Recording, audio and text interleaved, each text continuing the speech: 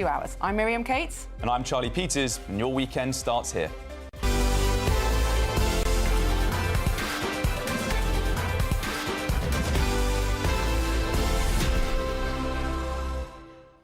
Now, Liverpool star Diogo Jota's funeral is underway in his hometown in Portugal, and fans are gathering outside Anfield to pay their respects to the forward who died alongside his brother in a car crash on Thursday. With us now is sports broadcaster Aidan McKee. Aidan, a really tragic story. I was numb, Miriam, when I heard this on Thursday morning for about an hour or so. I just could not believe it. I saw him play when he was about 20. He first moved to Wolverhampton Wanderers. But we'll talk about that in a moment, because the picture you can see there is the church in Gondomar, where the service has just started in the last minute or two. Gondomar is just on the outskirts of Porto, who Diogo Jota actually played for earlier on in his career. We've seen a delegation of Liverpool players arrive as well. Virgil van Dijk and Andrew Robertson among them. Arne Slot, the manager, as well, is also there. We've also seen the arrival of Roberto Martinez, the Portugal manager, former Everton coach, of course. And Manchester City have sent their player Ruben Dias along. He played alongside Diogo Jota in the Portugal team. We heard from Cristiano Ronaldo and Mo Salah yesterday. Of course, two players he'd won recognition or honours with just recently. He won the Nations League with Portugal a few weeks ago alongside his compatriot Cristiano Ronaldo, and of course, sensationally, they won the Premier League with Mo Salah just a few weeks ago, and they were looking forward to the new season. He had some surgery in Portugal. He was advised not to fly back because it might aggravate the surgery. He took the boat instead, and that's where, of course, he was making his journey with his brother, who we shouldn't forget as well, is being commemorated here today. And as I say, the numbers are sort of picking up, not just there, but also, Charlie, at Anfield. That's been the focus of the grief in recent days, and it's still very much the case this day. Obviously, the focus has switched to Gondomar, because that's where the funeral's taking place. And we can see in the pictures now, for those listening on the radio, that the clergy, members of the clergy there, are carrying the cross down to lead what we think will be the cortege into the church. And Aidan, as you were just mentioning, Anfield there, obviously Liverpool's famous motto, "You'll never walk alone." Those scarves being laid outside the ground. Hundreds will be gathering at this church as well in Portugal. The families say they want a private service, but hundreds still, of course, turning up to show their respects for this Portuguese legend. I don't think there's any such thing as a private service when it comes to Liverpool. Everyone's involved. That's the way the club is. They unify in grief. We saw a deputation of Everton officials as well and players attending Anfield yesterday. Jordan Henderson was there, but you can just see the pictures there on the left-hand side of the screen of the memorabilia, the flowers, the scarves, etc. Not just from Liverpool. You see lots of other clubs represented in there as well. Chief among them would be Wolverhampton Wanderers, where, of course, he spent a good portion of his career earlier in the year. I actually saw him play back in 2017. He came over as a 20-year-old, initially on loan from Porto. I saw him play against Queen's Park Rangers, my team, and you could just tell he wasn't the only one in the squad, but that side were just too good for the Championship, and that set them up for a period of 2 or 3 years there of being really established in the Premier League, where, of course, they still are. He got his move for £41 million to Liverpool just during lockdown, actually. Very, very shrewd recruit by Jurgen Klopp, who was in bits this week as he spoke about the player he brought to the club. And he was, I don't know what his future would have been in the next few years. I think he would have stayed there for another year or two longer, because he had this knack, Miriam, for scoring important goals at key times. And we all know that no matter how good your players are, your first-team players are, you need rotation in the modern game. And when he was called upon, he more than did his job. There's no question about that. And he'd had success with Portugal as well, which is very difficult to do. And if you read some of the testimonies of people from his hometown in Portugal, they speak of a man who was still very humble, very likeable, even though he'd achieved great fame. Memories of him as a small boy in quite a humble background, kicking the ball against the fence, and just sheer grief at the loss of such a nice man, not just a successful man, but such a nice man as well. Well, there was a motto at the local academy where he came through, and I think in 2022 it was named after him. And the quote in there, "It's not where you're from, it's where you're going to." Well, he certainly went to some interesting places in his life, there's no doubt about that. In terms of his career in Portugal, well, it kind of didn't get going because I suppose he was just poached so early by English clubs, initially in the Championship, as we mentioned. But a friend of mine from the Sun, Graham Bryce, said that he asked him for a video message for his son's football team. locally. And he said, yeah, OK, well, I'll leave you a message. They're playing some opponents they'd never beaten before, and it inspired them to go and win the game. And he didn't forget either. He came up to me afterwards and said, oh, how'd your kids get on, by the way? He was also quite a key mental health advocate as well during lockdown. Football wasn't his only talent. He was also a very proficient gamer, and he used it to raise money for charity. And everyone I've spoken to, everyone I've heard, has spoken of a great guy. And you know what? It's not always easy to come to these shores in front of expectant fans, playing for big clubs, and perform to the level he did. As I said, he did it for his country as well, and he will be sorely missed, not least because the season starts in a few weeks' time. Liverpool have an enormous hole to fill in their side, and they'll have to pick up the pieces from this here on in, as will his family, who will be absolutely devastated losing both their sons. And Aidan, both the coffins now entering this church. Palpable emotion on the faces of those as part of that funeral procession. Extremely upsetting to see some close friends and family of these brothers behind the coffins. Well, as Miriam just alluded to, he meant an awful lot to that local community. They were talking to people who were attending just in the last hour or so, and some of them have driven several hours in Portugal to be there. I don't imagine it was an easy city to get into today either. There'll be a lot of waiting around, as you'd expect for a funeral, and it's also, to some degree, it's kind of unplanned. I mean, you know, this only happened on Thursday, and so in the early hours of Thursday morning, so they haven't had much time to get this ready. But as we can see, Liverpool itself is just as busy as well, and we'll see an outpouring of grief, I think, in the next few days. In terms of plans for how they commemorate his death going forward, there's been talks of a statue or retiring number 20 shirt, but they're all discussions for a later date. Huge loss for Liverpool, but also from a family point of view, it couldn't be more tragic, could it? Just got married, 3 children have now been left without a father. I mean, it is just the most tragic situation you can imagine. We saw pictures a few moments ago, or maybe last hour actually, of the wedding day. It's just chilling, Miriam, to think that was 2 weeks ago today. The man at the front. Absolutely extraordinary. The man at the front of the funeral procession, Aidan, carrying a black and white photo of Diogo Jota. In Portuguese, it says, "Para sempre de nós." In English, "Forever one of us." As they silently walked into this church, see people gathering outside the entrance. Now, there's that placard being taken out now. Such a moving image. Forever one of us. Yeah, exactly. Well, that's exactly what he will be. And as I say, a key player for Liverpool in recent years as well. Looks a beautiful church, doesn't it? And we're seeing the number. It's interesting. The numbers have really gathered. There's been an uptick in people turning up in the last 10 minutes or so. Because it looked quite barren earlier on. But as I say, Liverpool as well. I think I don't know if there's. I think people will watch it on their phones. The coverage from I mean, that actually where they are in Liverpool or by Anfield, that's where the Hillsborough Memorial is. So unfortunately in Liverpool they're used to dealing with this kind of grief. Absolutely tragic. Aidan, thank you very much for joining us. We will be continuing coverage of that throughout the day. Well, moving on now. Today marks the first anniversary of King Charles asking Sir Keir Starmer to form a new government, following the Labour Party's victory in the general election on 4th of July last year. Well, today it's emerged that the Chancellor has warned that tax increases in the upcoming autumn budget may be even more challenging than the £40 billion package that they imposed on the nation in November 2024. Well, our reporter Tony Maguire spoke to the Secretary of State for Scotland, Ian Murray, about the first year of this Labour government and the state of the economy. The bottom line is the inheritance back in July last year was to be bad, but actually it was worse than we thought it would be. So it's taken some time to stabilise the economy, but we've done that with the budget in October with some pretty tough decisions, and now we're building from that to invest in our public services, to put capital into our infrastructure and to invest in our economy. And the Prime Minister has been very clear about this, that politics is the only profession in the world where you can't change your mind about things in order to make things better for people. And I'm sure the conclusions we've got to will make the welfare system better, but in terms of the winter fuel payment that you refer to, make people better off. He did say that if we stabilise the economy and there was more money in the economy, we'll be able to invest that in people, and that's what we are doing. That's given us the basis for the 4 interest rate cuts, for the investment in the economy, for the best and highest growth in the G7, for the highest business confidence we've had since 2015 pre-Brexit. So all of that is now coming together. It's up for us now to demonstrate through delivery that we can get more money into people's pockets, improve the economy, improve our public services, improve the country.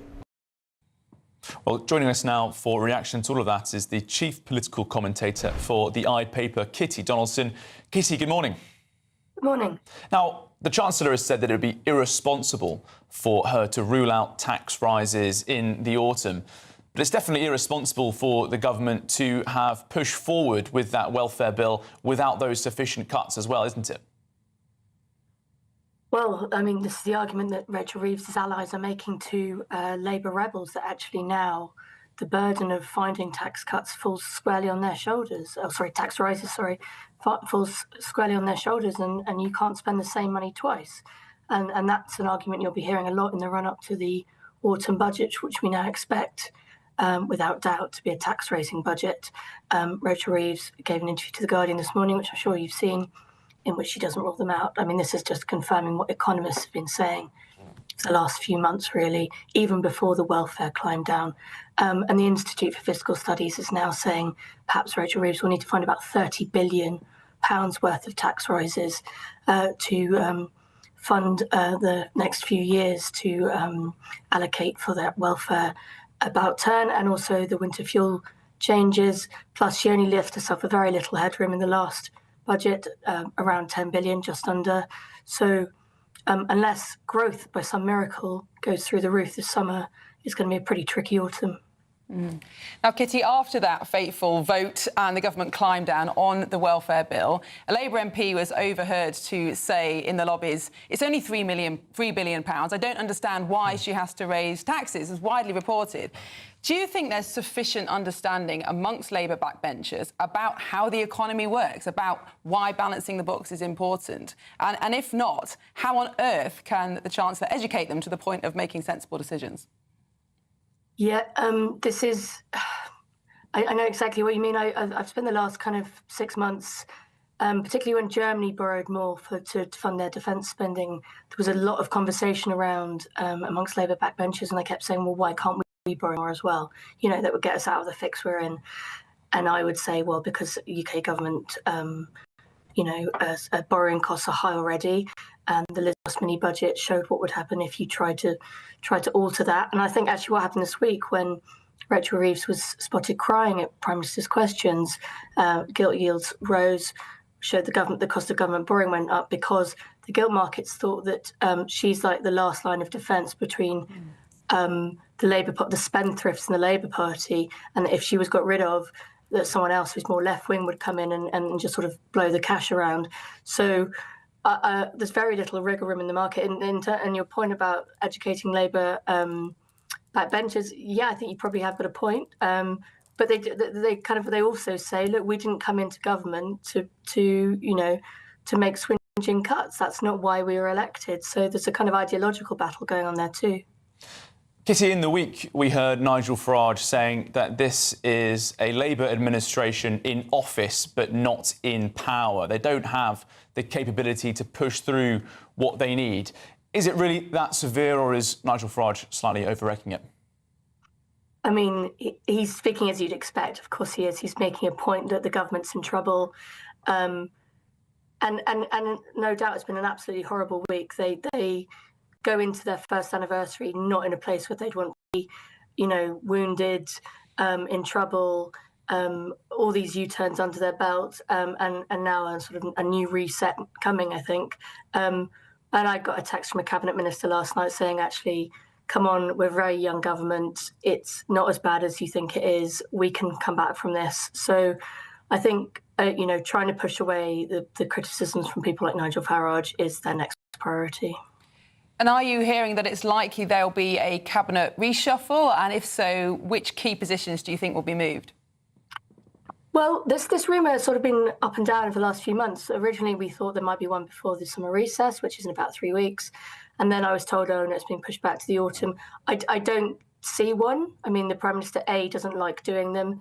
B, they're a zero-sum game. There's always losers from a reshuffle. You upset the people who think they should have got a job. You upset the people who you've pushed out of a job, and the ones who get a job think they should have got the job anyway.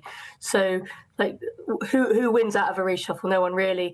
I suspect everyone will go home for the summer, back to their constituencies, calm down a bit, maybe get a bit of fresh air. I mean, London's been sweltering the last few weeks, and then come back in the autumn, have a reset. I suspect the Prime Minister will think very carefully about how to reshape his team over the summer, and then perhaps going forward before the conference season starts, that's when we'll see a reshuffle. All right, Kitty Donaldson, thank you very much for your time this morning. Fascinating, isn't it, Miriam? The Labour cabinet minister speaking to journalists saying, we're still a young government, we're going to go forward with this. You know, I've been hearing from people who aren't Labour supporters but are actually really keen for Rachel Reeves to do well because they know that what comes after her could be far more severe than what's going on already. And it's astonishing that just a year into a 5-year term, they have almost become a lame duck government where those in the cabinet know probably what they need to do, but they know they cannot get it through the backbenchers. So you wonder what's going to give? Are the backbenchers going to give in? Would Keir Starmer threaten the general election? That's all he's got left. They know they're going to lose their seats, but somehow I don't think he's got the stomach for that. Yeah, and very interesting. Long 4 years. Absolutely. And it's also very clear that what they're saying in private to their MPs is totally different to what they're telling the public. I think there's a bit of frustration around some journalists about that. You know, they're telling MPs, we absolutely can't afford this. There are apparently people crying on the phone during rows about how bad the situation is economically. And then they go and tell the public, no, it's not so bad. There's still work to do. Yes, and you can see the spin machine kick into action. And I feel, on a personal level, I feel very sorry for those MPs who were elected last year. They believed that because it was a new government, because everybody was fed up with the Tories, there was going to be this wave of enthusiasm, this kind of 97-like moment of things can only get better. And yet the reality has been so different, and they've got another 4 years of slog, knowing that they're probably going to lose their seats. They're not going to get a government job. On a personal level, it's going to be a very, very tough few years. Absolutely. But I won't feel too sorry for politicians, because I know the viewers don't like that. I was going to say, I think perhaps some others don't share your level of sympathy. Absolutely. Well, let's move on.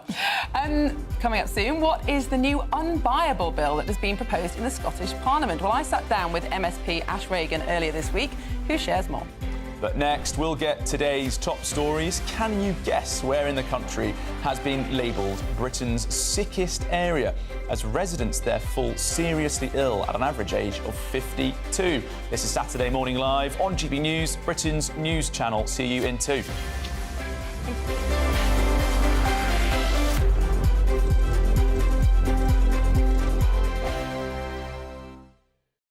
Westminster's full of talk, but out here, it's the real world.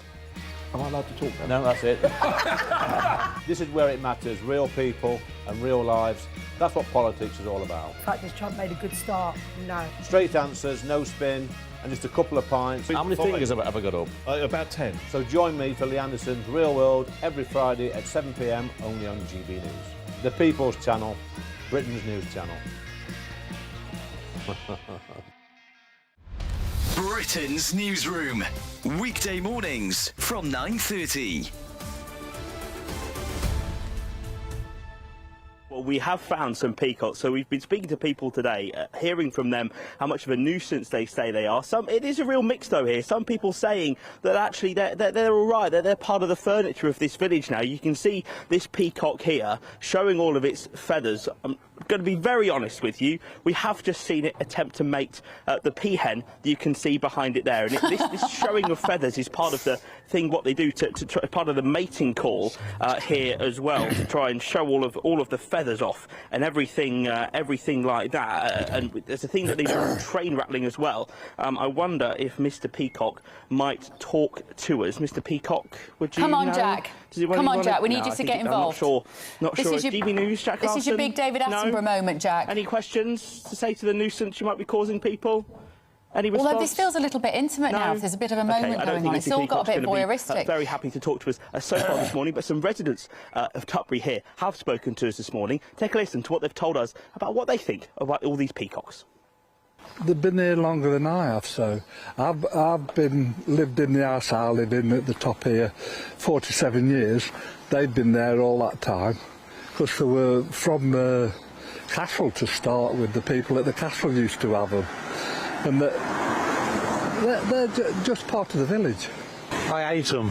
When they do all that damage, it's heartbreaking, you know. Yeah, round them up and take them to a farm or a zoo, where they're supposed to be. They're like the furniture. They should stay around here. You know, people just need to let them get on with what they are. They're nature's animals, and they deserve to live around here, don't they? GB News, the People's Channel. You want to know what's really going on in the corridors of power? Labour don't know what to do with you half the time, and that makes you quite lethal in the chamber. Get behind the headlines with Chopper's Political Podcast. Join me, Christopher Hope, as I sit down with the great and the good of British politics. We'll see where this ruling takes us. These are the stories shaping our nation. Chopper's Political Podcast, available now on all platforms. Listen in and stay ahead.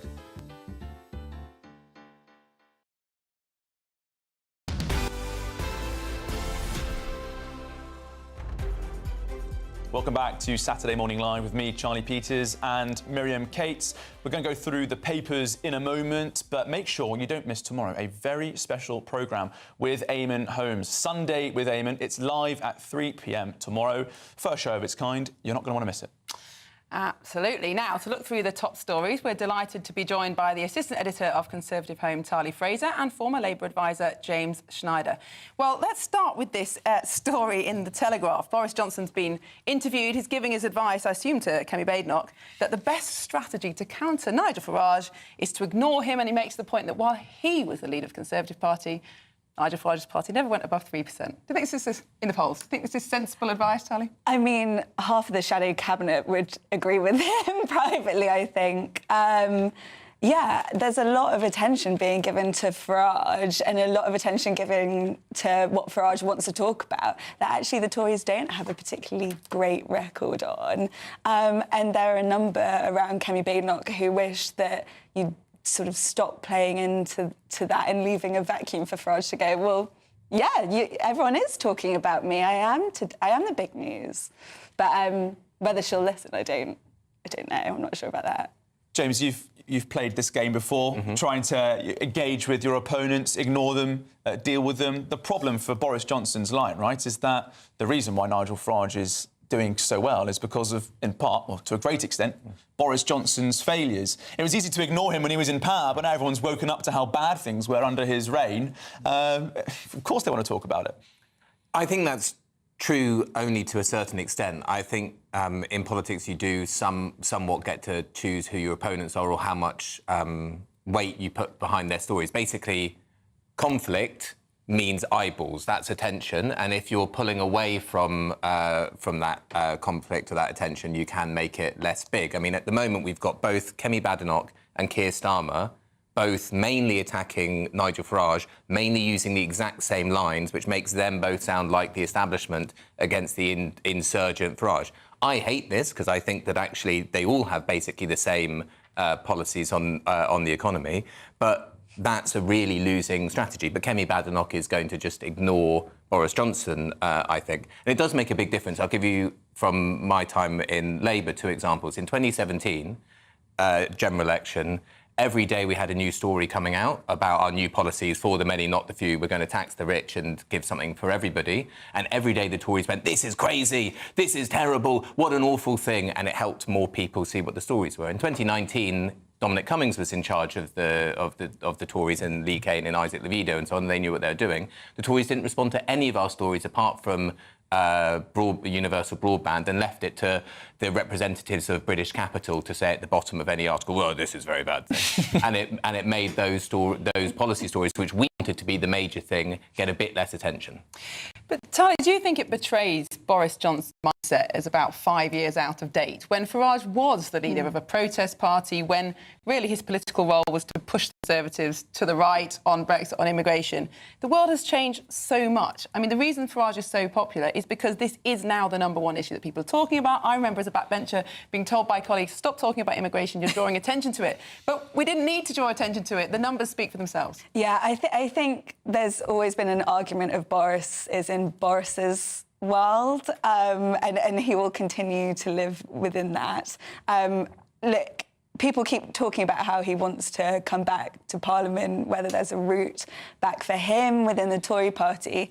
But then you do have lots of chatter about migration numbers and the Boris wave under his leadership. And does the Tory party really want to go back into an association with Boris Johnson? I mean, it's questionable. But then you look at where the party is now and where it is in the polls, and I don't know, maybe there's an answer in personality politics when it seems that polling doesn't actually associate him with high migration numbers. Right. They may not have to worry about it. There's a line in this interview where he says he'd like to come back to politics, but he can't. He doesn't have enough money because he's too busy paying off the kitchen for Carrie. Actual words. Is the kitchen the size of a small country? I mean, the guy's earning capacity is enormous, and yet maybe he's got But he does have quite a lot of children these days as well. I know, many dinner plates. Lots of frying pans. Busy kitchen. But Ty, I mean, you've done some excellent reporting on the frustration within the Conservative Party, particularly this new cohort, right? Yes. One of the reasons why they're talking so much about Nigel Farage, perhaps, is to move attention away from their own record of failure, the old guard. Yes. Lots of young Tory MPs, new Tory MPs at least, aren't really tainted with those failures of the Boris wave that you're talking about, record mass immigration. Is that a possible strategy, you think, for the Conservatives to use, to speak less about their opponents, speak more about themselves, and to say, look at these new guys we've got, they're capable, they understand how bad the problem is, and also they're not to blame for it? Yeah, 100%. I don't know whether they'll use the faces that are there, but you have some really interesting people saying really interesting things. So Katie Lamb has been great on grooming gangs, also on migration. Nick Timothy, same thing. Lewis Cooking, even, you know, sort of slightly to the right as well. Interesting thoughts on migration. They're new faces, they're untainted, and they have these big ideas and can go out and basically hit. And you have Chris Philp trying to do stuff as Shadow Home Secretary, but he was there, and it's hard to defend that sort of thing. I would hope that at some point they sort of recognise that.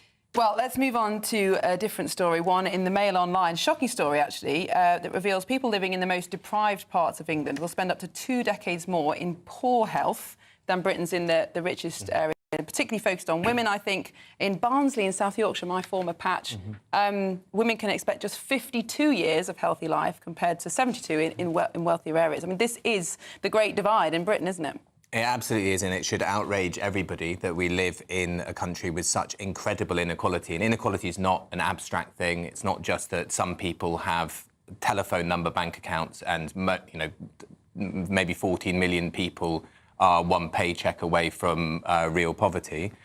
But we've had, I mean, part of the reason why I think it's in Barnsley, in your patch, is we've had about 50 years where the economic strategy has been to trash our industrial base, to reduce the share of national income that goes to workers, that bit by bit is to reduce the capacity of public services, and to have less investment in our infrastructure and in our technical capacity to make things, in the idea that this weird idea that we're all going to work in banks and we're all going to become hoteliers and management consultants.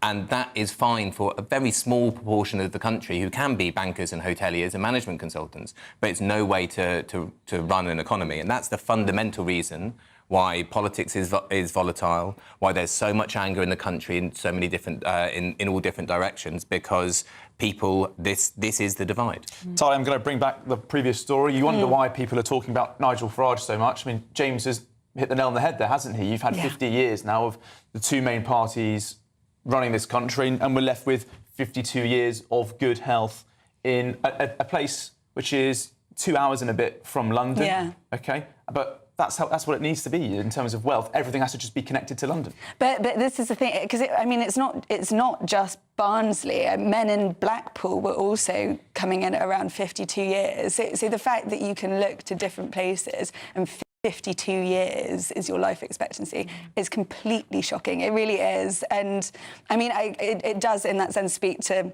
that idea of a levelling up agenda, if you're looking at it like that. I mean, those two locations are obvious. And it's one that was spoken about so much under the last government and just never really came in any way. And it's no wonder why people are feeling so frustrated, why our politics is splintering in so many different ways. But you would sort of think on the left, I mean, on the right it's already splintered, and on the left it's just starting to, so... I always thought levelling up meant luxury flats in Manchester, much, but well, not much in the northern powerhouse of the rest of the country. Industrial policy, but sadly, a large part of the Conservative Party is ideologically against any sort of industrial policy, which makes it very difficult to achieve. Anyway, thank you, Talia and James. You'll be back with us next hour. Well, following a week of soaring temperatures, we've got the coolest cash prize of the summer to be won. It's a totally tax-free £54,321. It's up for grabs in our latest Great British Giveaway. Here are all the details. You need to be in it to win it. The Great British Giveaway is now even greater, with your chance to win our biggest cash prize so far. A totally tax-free £54,321 cash could be yours. Cash that you could spend however you like. It's like having an extra £1,000 each week for a whole year to play with. Imagine what you could do with that. Someone is guaranteed to win this amazing amount of cash, so make sure that someone could be you. For another chance to win £54,321 cash, text cash to 63225. One entry costs £2.50 plus one standard network rate message. Or text bonus to 63225. 5 entries cost £5 plus one standard network rate message. Go to gbnews.com/win. Entries start at £2.50. Call 0903 686 3232. Calls cost £2.50 plus your network access charge. Or post your name and number to GB14 PO Box 8690 Derby DE1 9TT. UK only. Entrance must be 18 or over. Lines close at 4 p.m. on the 1st of August. Please check the closing time if listening or watching on demand. Good luck. Well, there's lots more still to come on Saturday Morning Live, including my interview earlier this week with MSP Ash Regan on her new bill to criminalise the buying of sex in Scotland. And our tax hikes on the horizon. The Chancellor has refused to rule out the move. We'll delve into what that means for your pay packet. This is Saturday Morning Live, only on GB News. Hello there, good morning. Welcome to your GB News weather update from the Met Office.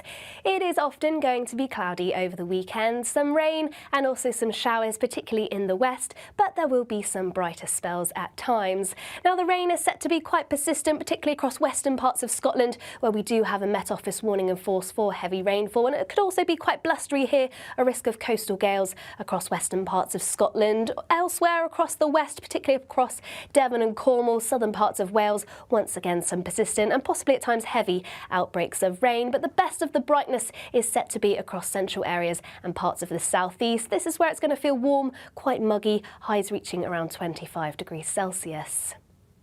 To finish off the day in Scotland, once again we are going to continue to see those outbreaks of rain, particularly across the northwest. Still blustery at times, though we should start to see winds ease away later on into the night, and fairly similar across Northern Ireland, northern parts of England. Often cloudy with some light outbreaks of rain and drizzle. Now, we could start to see this rain turning a little heavy at times, once again particularly across Devon and Cornwall, elsewhere across southern counties. But through the course of the evening, overnight, we should eventually start to see that rain ease away, allowing a few more clearer skies, but it's still across western areas that we'll start to see that rain still continue through the early hours of Sunday, but turning a little less blustery. However, it is still going to be another mild and uncomfortable night. Temperatures across central areas and parts of the southeast not dropping much past 15 to 16 degrees Celsius.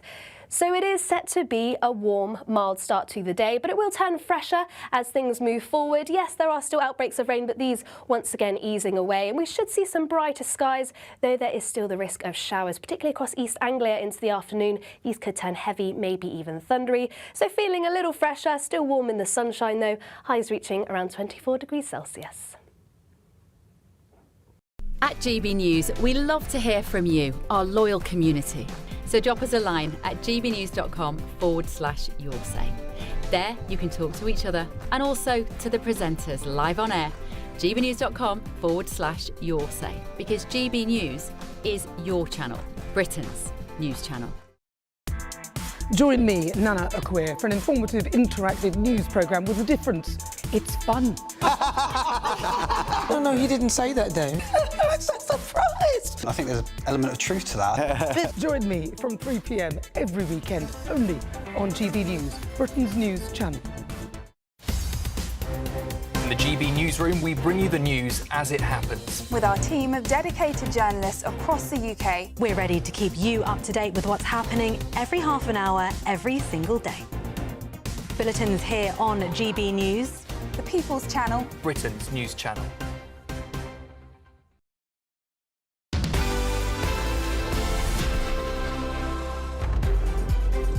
Welcome back. It's 24 minutes to 11 and a member of the Scottish Parliament is seeking to change the law on prostitution.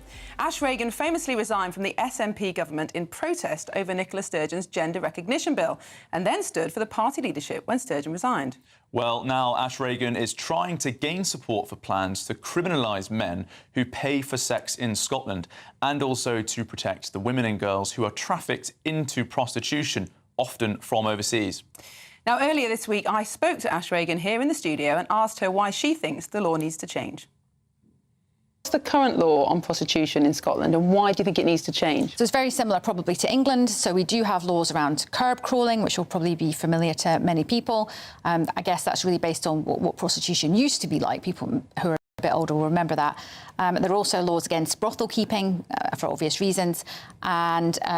But you can actually be criminalised for selling sex. So most of the people that sell sex are female. It's 96% of the sellers are women, sometimes very young as well, sometimes children.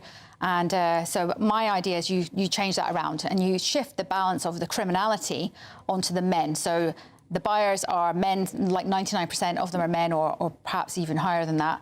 And the idea is that you shift the shame and the criminality where it belongs onto the buyer.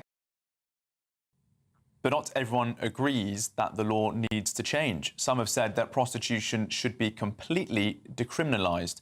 Let's hear what Ash had to say on that point. Who oppose your bill would say that sex work is like any other work. If women choose to engage in prostitution, why should they not be allowed to do this? Why shouldn't sex be allowed to be sold as any other commodity? What do you say to that? Well, under the set of laws that I'm proposing, they would be able to continue to sell sex if that's what they wanted to do, and they themselves would be decriminalised, because at the moment, women selling sex can still be criminalised. In practice, in Scotland, the Scottish police don't do that. They, I think, agree with the conceptualisation that most people would have now, is that many of the people that are involved in selling sex are victims. The typical profile we see often is girls that have been through the care system, and that will have resonance, I think, for people who've looked at the Asian grooming gangs scandal. They have been subject to quite often to sexual violence in the home as children, or come from very chaotic backgrounds. So I think the idea that for many people this is a choice that they freely go into, that is generally not what we see. So, should paying for sex be against the law? Or is it none of the government's business as long as it's taking place between consenting adults? Well, joining us now is journalist Joe Bartosh. Joe, thank you very much for joining us. What's your view of Ash Regan's bill? Do you think it will have the desired effect and reduce harms to women? Oh, absolutely. And I mean, we've already seen that in areas where it's been, in other countries where it's been introduced. So, for example, to look at the most brutal statistic, if you like, the numbers of murders, when it comes to Sweden, which was the first country to introduce similar legislation to what Ash Regan is suggesting or proposing. We've seen one murder since 1999, and that was of a prostituted woman by her ex-partner, who was also a pimp. Now, over a similar time period in the Netherlands, where prostitution is decriminalised, there have been 127 murders. So just on that sort of very raw metric alone, it is clear that if you decriminalise the women selling sex and if you criminalise the men, you end up with a reduction in demand and you end up with women being safer. Well, Joe, you've referred to the reduction in murders and other safeguarding measures that you say would be benefited from this bill. But what about trafficking? Because, as we know, so many people in the sex trade, women and girls, are trafficked from many countries in Europe, in particular Romania. Do you think that this bill, the Nordic model, would reduce that trafficking risk in particular? Of course, because it would reduce demand. I mean, I think the idea of switching shame, it's a little bit like with sexual violence more generally. It's that it is not something that women should take upon themselves. It should be with the perpetrators. With regard to making men ashamed of their actions, fining them, which is what would happen in this case, then you would not only shift the balance of shame, but you would also reduce demand, because men would genuinely feel embarrassed about having their names in public, about having their day in court. And that's absolutely the way around that things should be. Now, Jo, some of the people who oppose this bill are actually women. They claim that sex work is like any other work, that as long as women are consenting, that this is empowering. It's like any other form of employment. What do you say to that argument? I mean, it's nonsense. It's a very convenient argument. It's very convenient for the men who buy sex, and it's very convenient for the pimps and the brothel owners who make money out of women's bodies. And, you know, if you ask some women who are being beaten up by their husbands, they will say they deserve it. You know, it's just because someone's a woman, it doesn't necessarily mean they're going to have the best interests of all women at heart. I mean, essentially, I think it's fair to say that prostitution is a survival strategy for those who have already been abused. So you heard some of the statistics that Ash Reagan mentioned there, but we know that 50% enter the industry as children. We know that around a third have been in care, and around 75% have suffered some form of abuse at home. And indeed, child sexual abuse is so common for those who are in the sex industry that entering prostitution is recognised as a risk factor for those who are seeking to recover. Well, Jo, there's lots of opposition for this sort of proposal from other stances as well. I mean, you refer to sort of young children entering this trade, the language used also by the proponents of the bill. I think it's inappropriate to say that they're forced into this trade. And I think opposition we've heard for the Nordic model is that by decriminalising that side, it may reduce the police oversight of that side of the trade. And so actually you're not seeing children entering the sex trade, you're seeing them being forced into it. And you heard Ash Reagan there referring to the grooming gangs and the link there as well. Many of the police officers in many of these towns where this appalling scandal has occurred referred to the girls being abused as child prostitutes, that they had entered the sex trade. But that's palpably not the case. They were forced into it. By decriminalising it, do we not risk reducing that level of police intervention? Well, I mean, when I say enter into, I meant it in an entirely neutral sense. It was, you know, these are children who have found themselves for whatever reason in the sex industry, and I don't think that, you know, magically when you turn 16 or 18 that suddenly becomes okay. As we've seen, there are a number of factors. With trauma generally is what informs that move. When it comes to police attitudes, I think we absolutely need them to be educated. We need an absolute turnaround in police attitudes. I mean, I know it was sort of in the early 2000s even, these girls in Rotherham were referred to, and other towns were referred to as child prostitutes, which is an absolutely abhorrent phrase and an abhorrent idea. They were clearly victims, and that's why I think this bill is so good in that it not only criminalises the men, but it also ensures that there will be one of the pillars of it is to ensure that there are provisions to help women in the sex industry get out, so to help them with sort of trauma support and to help them with training. Jo Bartosz, thank you very much for your time. And you can watch my full interview with Ash Reagan on the GBNews YouTube channel right now. Well, I'm not really sure where I stand on this one, to be honest, Miriam. It's a very difficult debate to be had. I think it should be criminalised from both sides, because if as a society we agree that it's wrong, that it's dangerous, then the law should reflect that. And I don't think absolutely that girls who are forced into what is sex slavery should have a criminal record. Of course not. Yeah. But nevertheless, the indication should be this is bad, this is wrong, it's illegal. Yes, I'm leaning that way myself. Well, anyway, still to come, we'll be joined by the economics editor at The Spectator, Michael Simmons, as the Chancellor refuses to rule out tax hikes. What does this mean in your pay packet? But first, before we get to that, if you are in search of some holiday sun, bored of the sweltering British temperatures, want something of a slightly more overseas nature, here's the forecast for some of the top European holiday destinations. I forecast a perfect holiday in the sun. Weather looking good then? For sure, and no worries about our travel insurance. All Clear Travel Insurance sponsors GB News Travel Destinations Forecast.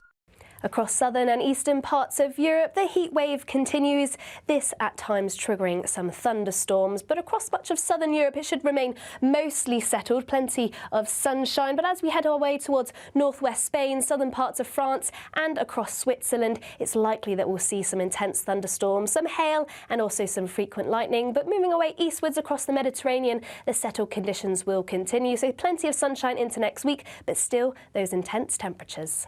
All Clear Travel Insurance sponsors GB News Travel Destinations Forecast.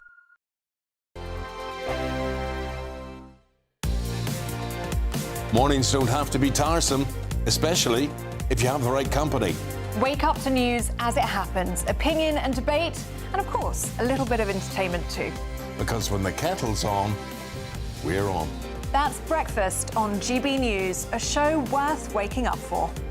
Every morning from 6 a.m. Only on the People's Channel, Britain's news channel. We'll spread the news, you spread the word. At GB News, we love to hear from you, our loyal community. So drop us a line at gbnews.com/yoursay. There you can talk to each other and also to the presenters live on air. gbnews.com/yoursay, because GB News is your channel, Britain's news channel. From the school run to the home run, watch a new show for all of Britain. He can say whatever he wants. A straight-talking show where all voices are heard. And, you know, when are we going to stop talking about smashing the gangs and actually do it? With the stories that matter from every part of our country. There's a bit of a crash landing there for your Chancellor. Bold, fearless and standing up for you. That's me, Martin Daubney, 3 p.m. till 6 p.m, weekdays, here only on GB News. The People's Channel, Britain's news channel. In the GB Newsroom, we bring you the news as it happens. With our team of dedicated journalists across the UK. We're ready to keep you up to date with what's happening every half an hour, every single day. Bulletins here on GB News. The People's Channel, Britain's news channel. Hi, I'm Michelle Dewberry, and my show is your opportunity to cut through all the noise and dive in headfirst to some robust debates. Ideas clash. Situation, isn't it? No, because the failure is you're deliberately avoiding my point. Nothing's held back, And if you think this is the end of it, wait for more. and we do not shy away from the difficult stuff. Sometimes I want to shake people and say, if only you understood. So join me on Jubes & Co weeknights at 6 p.m, only on GB News, Britain's news channel. Join me, Nana Akwe, for an informative, interactive news programme with a difference. It's fun. No, he didn't say that, Dave. I'm so surprised. I think there's an element of truth to that. Join me from 3 p.m. every weekend, only on GB News, Britain's news channel. Good Afternoon Britain isn't just about us. The wonderful thing about this programme is it's about everyone watching. It's an interactive programme. Well, there absolutely is something to see here, and we're going to be talking about it more. Whether it's breaking royal news, please bring us up to date, or indeed a particularly punchy speech in the House of Commons. Very, very curious. We bring it to you live, and then we bring you live reaction as well. That's Good Afternoon Britain, weekdays from midday. Only on GB News, the People's Channel, Britain's news channel.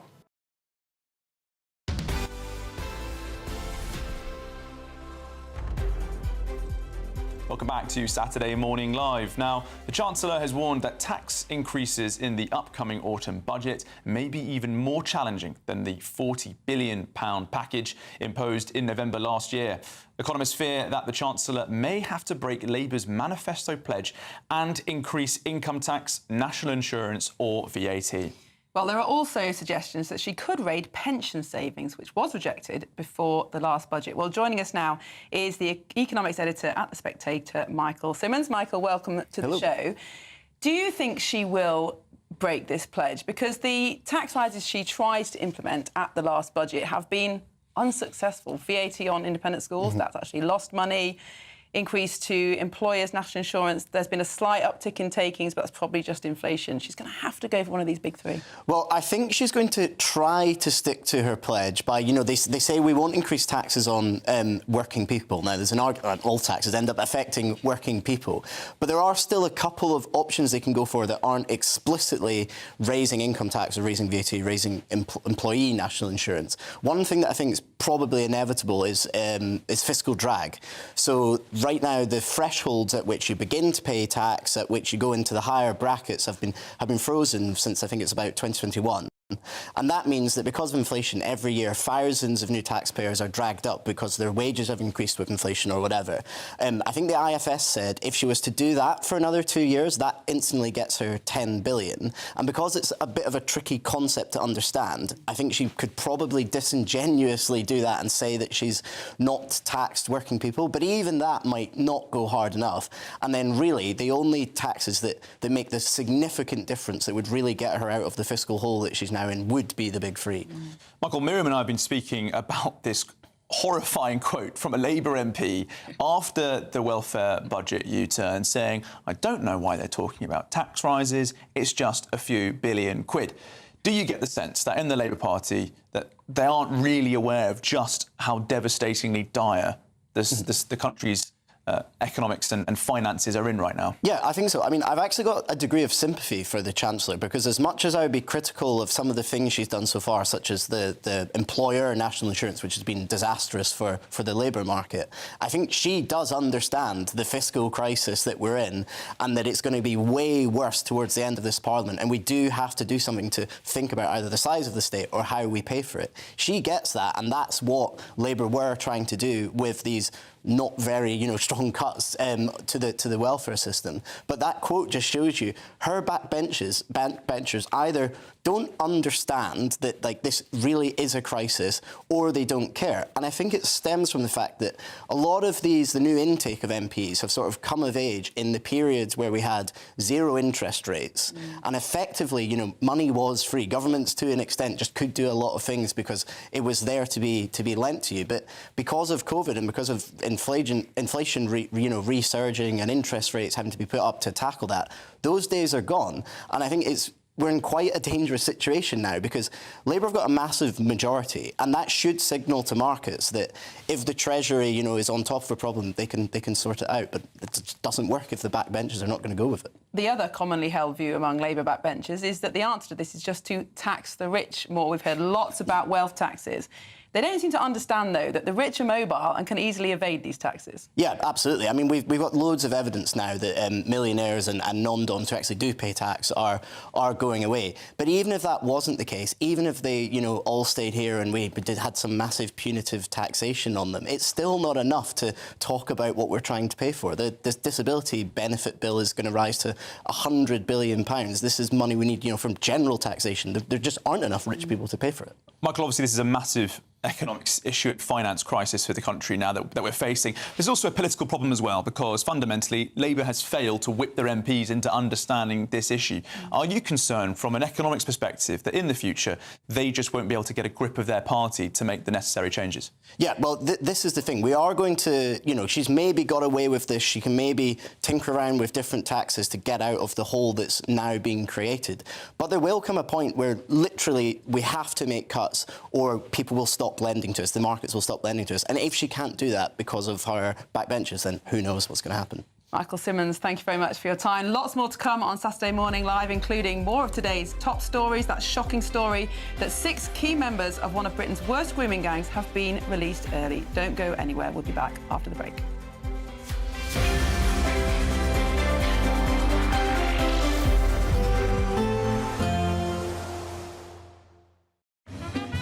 A positive outlook through the night will power through to a bright day ahead. Boxed Home Battery Storage, sponsors of weather on GB News. Hello there, this is your GB News weather update provided by the Met Office. Quite dull and damp for many of us during this first half of the weekend, all courtesy of an area of low pressure that is generally in control across the UK. It's steadily moving eastwards, but we've got this trailing weather front providing a lot of clouds, some outbreaks of rain across southern districts. Some of those might be heavy for Cornwall, particularly the Channel Islands into this afternoon. We do also have a rain warning still in force across western Scotland today. We've seen quite a lot of rain build up over recent days or so, and those will continue throughout today as well. Quite a brisk breeze around for the vast majority of us. You certainly will notice that if you're out by the coast or on any of the mountains and hills. Those to the east of the UK, though, do have the greater chance of seeing a little bit more in the way of brightness and some sunshine. That may allow temperatures to climb towards 21 degrees Celsius for Aberdeen there. Again, parts of northeastern England may see the cloud break at times across the East Midlands down towards East Anglia as well. And here it could feel quite humid and amongst all that cloud, top temperatures of 25, maybe locally 26 degrees Celsius. We hold on to this fairly damp, cloudy picture as we head into the overnight period as well. Again, always those eastern areas likely to see a few more in the way of clear spells, but the showers may intensify a touch across North Wales into northern England come dawn tomorrow morning. With the cloud and the breeze, it's going to be a mild night for all of us. Temperatures holding around 13 to 16 degrees Celsius. Do watch out for some heavy downpours across England and Wales first thing tomorrow. They could be thundery in places, though some very sharp downpours possible as we head throughout the morning there. Some further showers continuing to push in on that northwesterly breeze, but with those winds shifting in direction, it should hopefully feel a touch fresher tomorrow. Those temperatures will be down, highs only around 24 degrees Celsius in the south and the east. Whilst further cloud and rain is possible across northwestern areas into next week, generally it will be settling down towards the south and those temperatures will be climbing as well. Bye-bye. Expect a warm front, moving from the kitchen right through to the rest of the house. Boxed Boilers, sponsors of weather on GB News.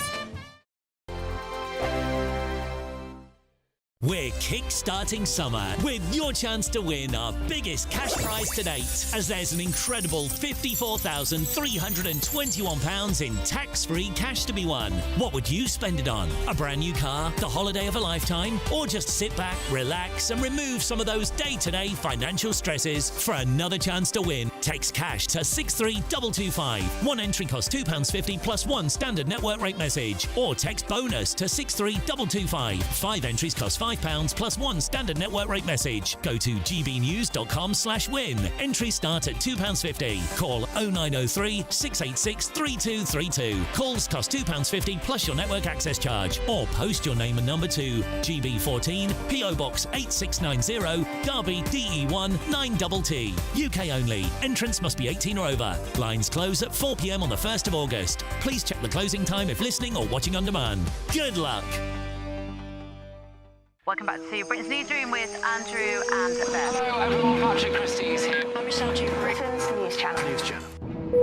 Access the stories that matter to you. Take the GB News family with you on any device. And as long as you have an internet connection, tune in to GB News anywhere on the planet or beyond.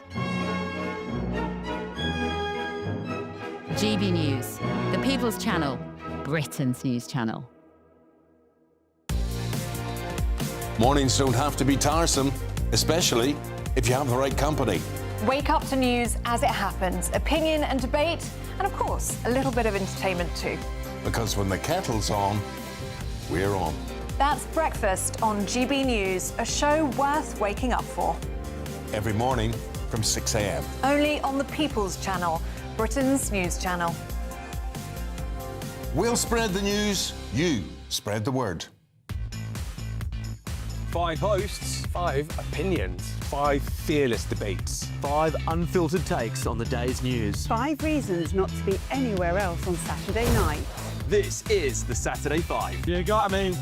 You got me good there. Britain's biggest Saturday night TV show. It's not a bad brand. Yeah. Uncensored. Very, very racist tonight on the... unpredictable. What did she say? Can you translate it for us? And always entertaining. And how can a country go from being led by William Wallace Saturday nights from 6 p.m. only on GB News, the People's Channel. Britain's News Channel. You're going to want to stay tuned, trust me. At GB News, we love to hear from you, our loyal community. So drop us a line at gbnews.com/your say. There you can talk to each other and also to the presenters live on air. gbnews.com/your say, because GB News is your channel, Britain's news channel.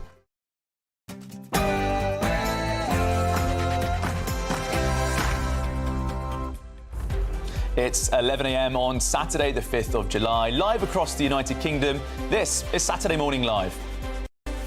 6 key members of one of Britain's worst grooming gangs from Oxford have been released early, and 2 are no longer even on licence. We'll bring you up to date on that shocking development. And the funeral of Liverpool star Diogo Jota is currently underway in his hometown of Gondomar in Portugal. We'll bring you the latest. And the Chancellor fails to rule out tax hikes. Rachel Reeves warns that Cabinet Ministers that tax rises are likely, as she admits the government's watered-down welfare bill has been damaging. So will the Chancellor be forced into breaking Labour's manifesto pledge and raise income tax, national insurance or VAT to fill the black hole? And a primary school teacher killed almost 3 decades ago while trying to protect her class in the Dunblane shooting has been recognised with a new honour. Our reporter Tony Maguire has the story. Gwen Mayer is just one of 100 British public servants who will receive this posthumous award. We've been speaking to some of the families about the bittersweet emotions involved in collecting it on their behalf. And King Charles and Queen Camilla wrap up their royal week in Scotland after celebrating the country's culture and achievements.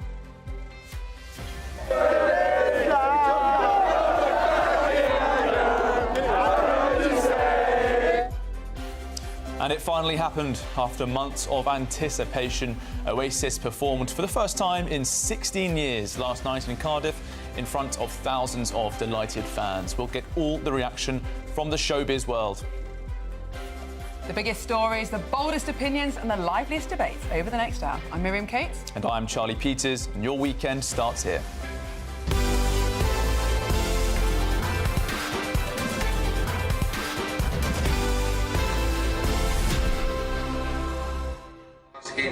Now, before we move on, let's just cross back to Portugal and Anfield, where the funeral for Liverpool star Diogo Jota and his brother Andre Silva has been taking place this morning. Liverpool players and staff have joined family and friends in Gondomar to pay their final respects, including the Liverpool head coach Arne Slot and the captain Virgil van Dijk.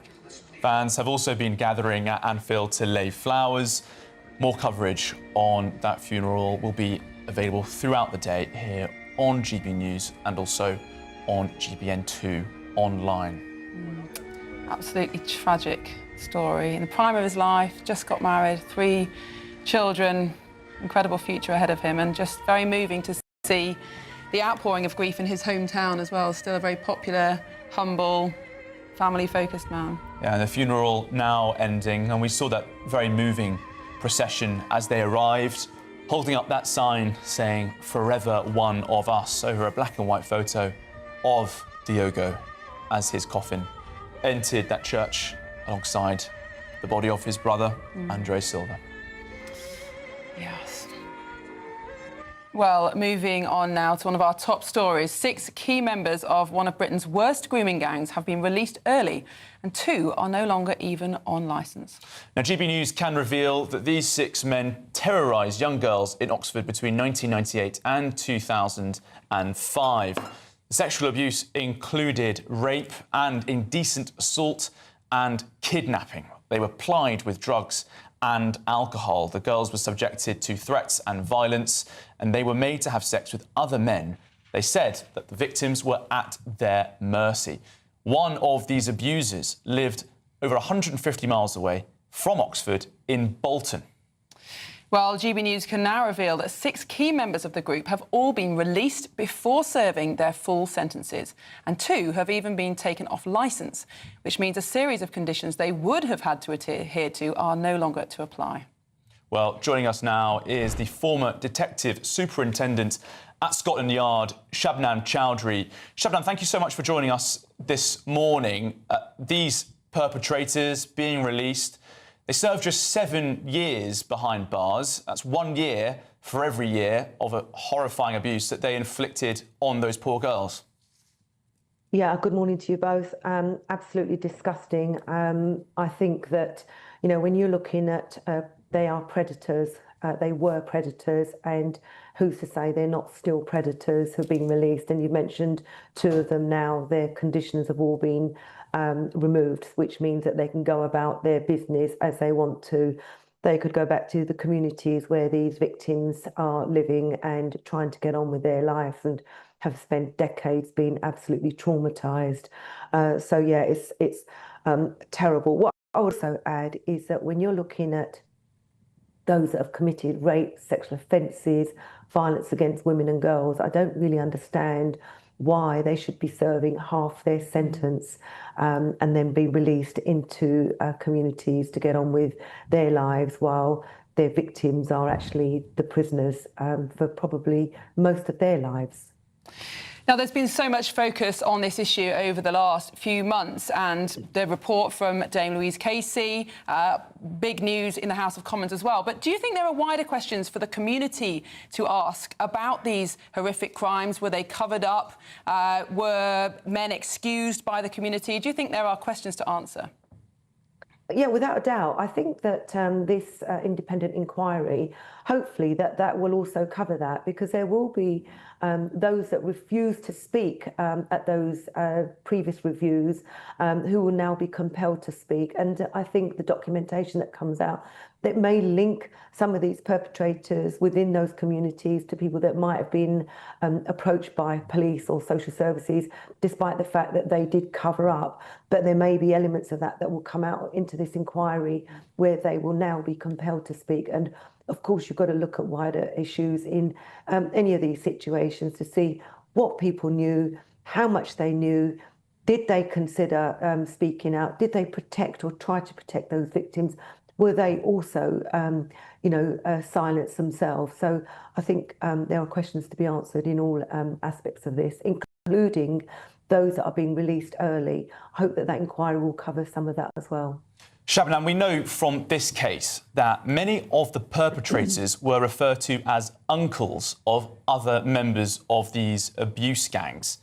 You yourself, of course, you are a British Pakistani. Do you think that the community has questions to answer on why there are family links in so many of these abuse gangs?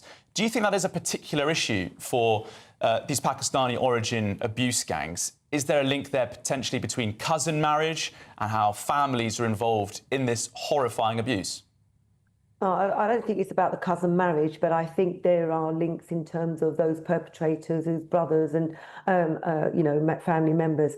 And what I would say is when they refer to them as uncle, it's not necessarily because they are actually related. Most people call me auntie. I'm referred to as an auntie G. That's a real cultural thing amongst many communities. I think you get that even in the Afro-Caribbean black communities. So when you're talking about these links where there are brothers involved, it's more likely because of the fact that they've run these businesses together, they've acted in unison, they've got braver and braver, and I'm not sure that is connected to the other family members where, you've got wives, brother, aunties and other relatives.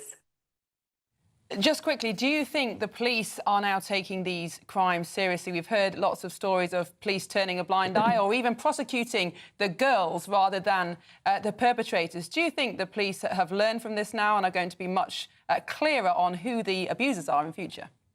Well, I'd like to think that is the case, but I think that this inquiry will unravel potentially if there are those cases where police are not doing their job properly. But I would like to say that, from what I've seen in the last few years, in terms of police investigations around child sexual exploitation, violence against women and girls, it is improving. They've still got a long way to go. So I think there's work still to be done. And every single person that was involved in that cover-up, I would like to see them also being held to account. Shabnam Chowdhury, former Detective Superintendent in the Met Police, thank you very much for joining us this morning. Now, a Ministry of Justice spokesman said, "Our thoughts remain with all the victims in this despicable case. Offenders released on licence are subject to strict conditions and will be sent back to prison if they break the rules." Well, moving on now, Rod Moore is one of 8 Scots being honoured with the Elizabeth Emblem, which was introduced last year for public servants who lost their lives in the line of duty. Now, he was a retired paramedic who went back to frontline work during the pandemic and he died from the virus. Well, joining us live now from Dunblane is our Scotland reporter, Tony Maguire. Tony. Yes, good morning. Well, certainly Rod Moore, as you said there, a retired paramedic, spoke to his wife Claire yesterday, and one of these guys, I think, that retirement didn't really suit him. He tried a few things, and then of course the pandemic happened, and he made the decision to go back to work 7 days a week, 12-hour shifts a day, to try and guide the younger paramedics through what we all know was probably one of the hardest phases that you could ever really work in a health service.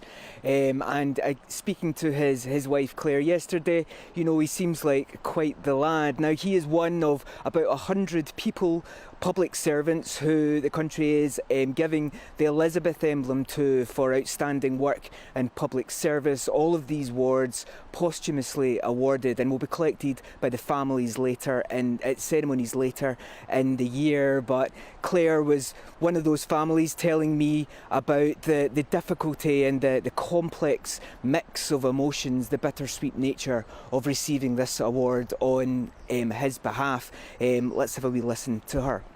I knew he would go back. I knew he wanted to be out there helping, because that was what he done. And they were glad to see him back.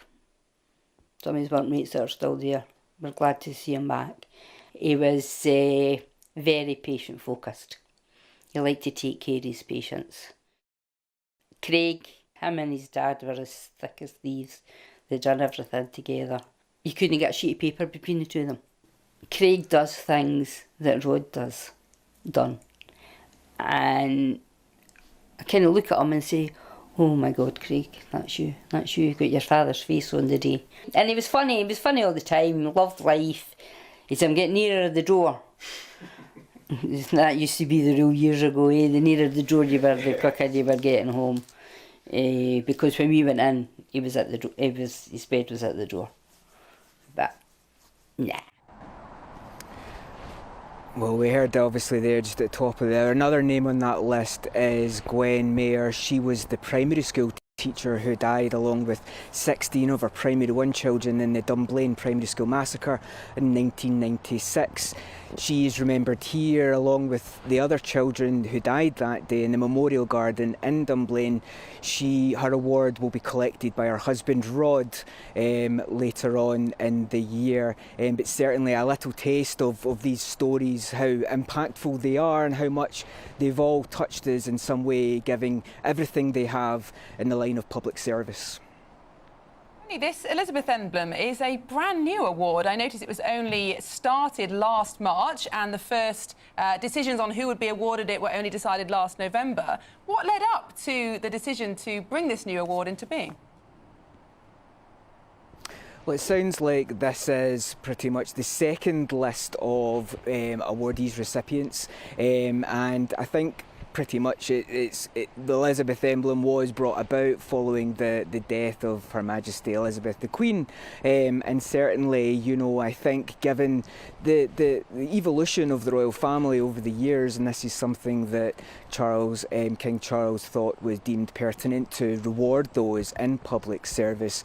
Certainly, if you look at right across this year's recipients, there's 33 there from Northern Ireland, for example, who lost their lives either in the fire or the police service during the Troubles, and many, many more from across the UK, some of them stretching back right to the middle of the last century. So even though this is a new award, certainly there's no letting up on rewarding those or commemorating those who still gave everything in the line of public service, even half a century ago. Tony Maguire, live in Dunblane, thank you very much for joining us this morning. Well, really interesting award. And to be eligible, you have to have died in the line of duty, not be in military service, and since 1948. So I think basically since the end of the empire, to make sure that it is British servants rather than across the world. A fascinating emblem. Yeah, no, interesting to see who else might qualify for it in the coming months. Very interesting award indeed. Well, let's go back to Portugal, shall we now, and also to Anfield in Liverpool, where the funeral for Diogo Jota and his brother Andre Silva has been taking place this morning. That funeral is now at its end, with friends and family leaving the church, and Liverpool players and staff have joined family and friends in Gondomar to pay their final respects, including Liverpool's head coach and captain. Arne Slot and Virgil van Dijk present for the procession and the funeral. Fans have also been gathering at Anfield to lay flowers, as you can see on your screen now. There'll be more coverage of the funeral throughout the day here on GB News. That procession will now carry the coffin towards the cemetery. And when the coffins arrived at the church this morning before the funeral started, hundreds of fans in Portugal applauding. You can see some applause now in Gondomar. Let's just listen in.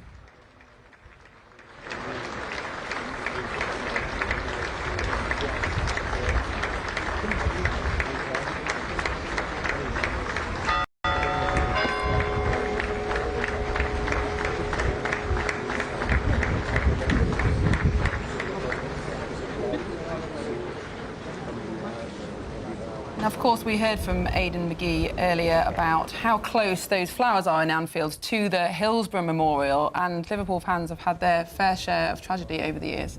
Yes, absolutely, and that is a club, a football team, and indeed a global fan base that stands so strongly together in these moments. And it was remarkable to see how many people were at Anfield paying their respects to Diogo and his brother immediately after the news broke. Anfield being a stadium right in the heart of the local community, people would leave their front doors, walk to the ground and share their marks of respect. Well, we will be following that throughout the day. But moving on now, King Charles and Queen Camilla have wrapped up their royal week in Scotland after celebrating the country's culture and achievements. Cameron Walker will bring us up to date. But next, we'll have more of today's top stories with our paper review panel, Tali Fraser and James Schneider, including a story about weight loss drugs ruining dinner parties. This is Saturday Morning Live on GB News, Britain's news channel. See you in just a moment.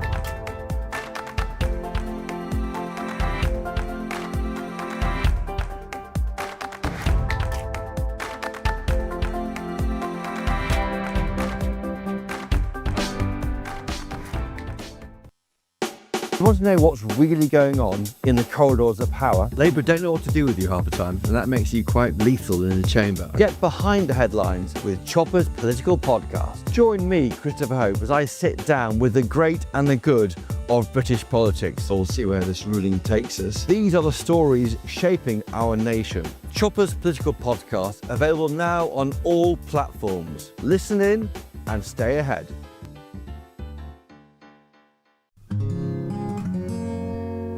At GB News, we are proud to stand for you, for the Britain you love, for the communities you live in. That's what makes us the fearless champions of Britain, its voices and its values. Because we, at GB News, the People's Channel, Britain's news channel. Good Afternoon Britain isn't just about us. The wonderful thing about this programme is it's about everyone watching. It's an interactive programme. Well, there absolutely is something to see here, and we're going to be talking about it more. Whether it's breaking royal news, please bring us up to date, or indeed a particularly punchy speech in the House of Commons. Very, very curious. We bring it to you live, and then we bring you live reaction as well. That's Good Afternoon Britain, weekdays from midday. Only on GB News, the People's Channel, Britain's news channel.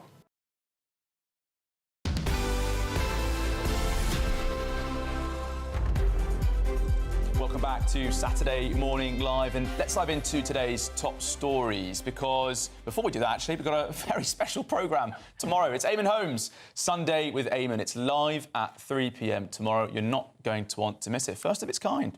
Absolutely. I hope you'll be watching that, Charlie. Well, to look through the top stories for today, we're delighted to be joined by the Assistant Editor of Conservative Home, Tali Fraser, and former Labour advisor, James Schneider.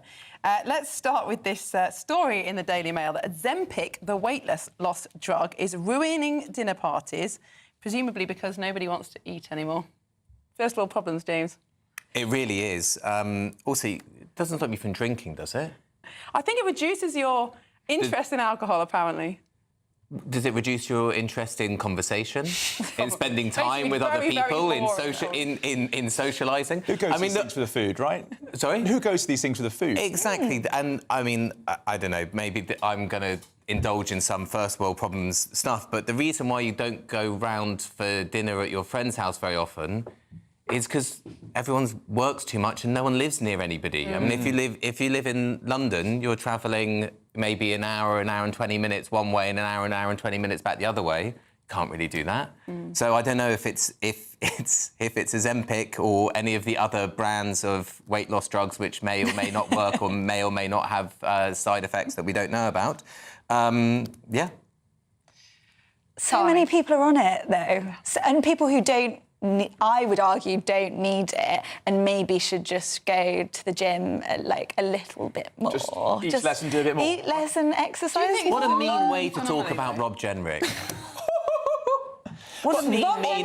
He's looking very trim. He's looking very trim. He did run a marathon, so I think he's doing doing a bit more. Did he? I don't follow his work very closely. Sorry, that was a cruel and unfair thing of me. I said his name, and to be honest, I probably couldn't pick him out of a lineup. I have to say, a lot of lefties are rustled by the man. Sadiq Khan, who famously prides himself on not being a personal attacker, did describe him as Mr. Ozempic. He's caused him to fluster. He's caught you as well, it seems, Mr. Schneider.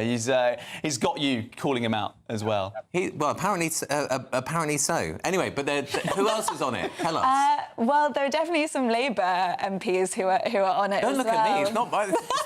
It's not an MP. It's not my lot. Before we get sued, the wider point is, didn't name everyone. that I think this is a London phenomenon. I think there's extreme pressure to look a certain way in London, to be extremely skinny. You think this is happening in I'm from Manchester, so it is another big city. But yeah, I know plenty of people who are on it back home and don't need it. It's people who are slim and maybe want to lose a few pounds and are deciding to jab up once a week instead of watching. I think we're so How much does it far cost? gone. How do you? I mean, sorry, maybe. Don't give...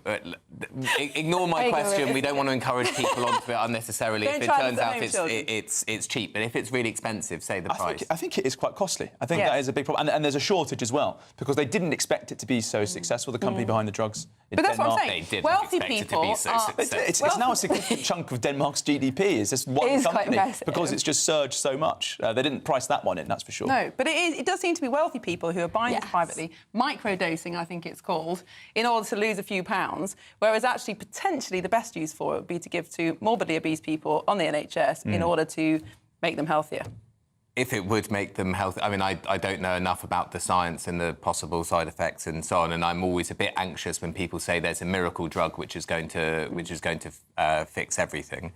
But yes, I mean, the focus of our health system should be less on vanity and more on health. Well, Wes Streeting, the Health Secretary, says that half my colleagues in the Commons are using these drugs. So he's outing everyone, left, right and Charlie. They're all on the weight loss drugs. But he wants to widen access to it. I mean, you're just talking about it, Miriam, being only for an isolated case, people who are unhealthy and morbidly obese. But you know, West Streeting is talking about really expanding access, wanting people to massively drop the BMIs by, I think it's like a 2035 goal. Are you a bit nervous, guys, about the state pushing these jabs? I'm slightly nervous that we're going to get this stuff pushed in the water supply at some point. That's how keen they are. Because the government has tried desperately to reduce our waistbands year after year. There's a health strategy. It never works. Finally, they have this, let's be frank, pretty magical cure. They might just go mad with I'm it. really sceptical about it, and I don't think it should be given away, and I do think there's a role here for personal responsibility and discipline. But on the other hand, we have these multinational food companies who make foods that are deliberately addictive, deliberately hack our bodies' systems about when we feel full. So, you know, which big business are you going to tackle first? Well, it might be that both of them have to be tackled together. I mean, if what we're being pushed is you're going to be fed full of nonsense, bad stuff, ruining your health, and then we're going to another company which we're going to make loads of money off, and then another company is going to make loads of money with some artificially making that less terrible. We could just not do either of those two things, which might mean that the state needs to step in and regulate and tax and stop them from doing these things. But you know, I don't know enough about the science of this particular drug to say exactly whether that's what's happening. Ty, let's move on to a different story before we start getting too involved in the health of MPs. The Times... Which is terrible. Yeah, the Times had this story about a 4-day week a success, and this is the Lib Dem-led South Cambridgeshire District Council trialling 100% of their work in about 80% of their hours. What do you think of this? Well, so if you look into it, and the Times and the Sun have reported on it, surveys of the experiment actually show that call centre wait times are up 15%.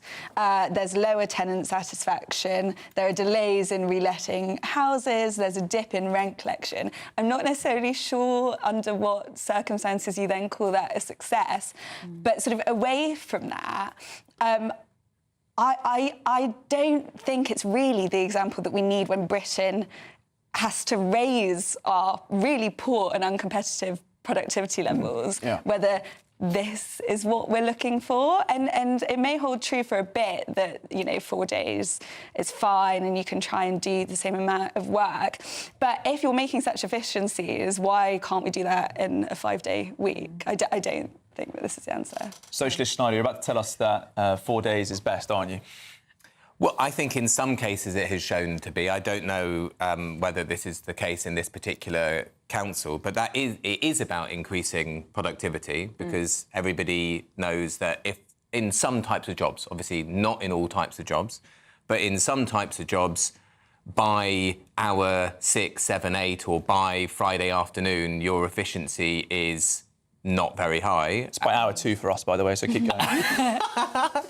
We're working on a Saturday. and so productivity could be boosted, i.e. the amount of stuff done per hour, and that would be good if people could have more time to spend with their families, more time to spend on other things. But I think it's not a blanket. It's not a blanket situation. There are loads of trials and studies that have been done in lots of different types of businesses and organisations. And in lots of those cases, it shows it's good, but not all of them. Do you think we have this paradox now, though, where we're bemoaning productivity dips all the time, saying people are lazy? But on the other hand, many people are working longer and longer hours in more stressful jobs. The existence of the internet and WhatsApp means that we can work from home all the time, whereas in the past you would have had to leave your work in the office because you can't carry on working at home. Do you think we're both overworked and underemployed at the same time? I think there's a case for people feeling like that. I mean, when you talk to people, they're doing side hustles to get extra money in. They're working from home, or they're spending longer hours while they're working from home. But I'm not convinced by the idea of a 4-day week being the solution to those sorts of problems. And, you know, what happens for those jobs that can't be done in a way that it's 4 days? Do those people then have sort of claims to be made over, if they get to do that, why don't I get to do it? And I should be owed some sort of compensation. I just don't think it provides any sort of answers. I think case by case, it might be different, but overall, I think what we should want is for the majority of people over the course of time to work fewer hours for more money. That should be the overall aim, which is something that happened for about 30 years after World War II in this country, and then the reverse has been happening since then, and I think that's the major thing that we should be looking at, and maybe one trial of one potential solution goes well or goes badly, and that's not enough. Just very quickly, Tally, speaking about high productivity, civil servants have spent 500 grand on a government full stop online. So I don't know if you've read the explanation by the redesign, which was M&C Saatchi. But one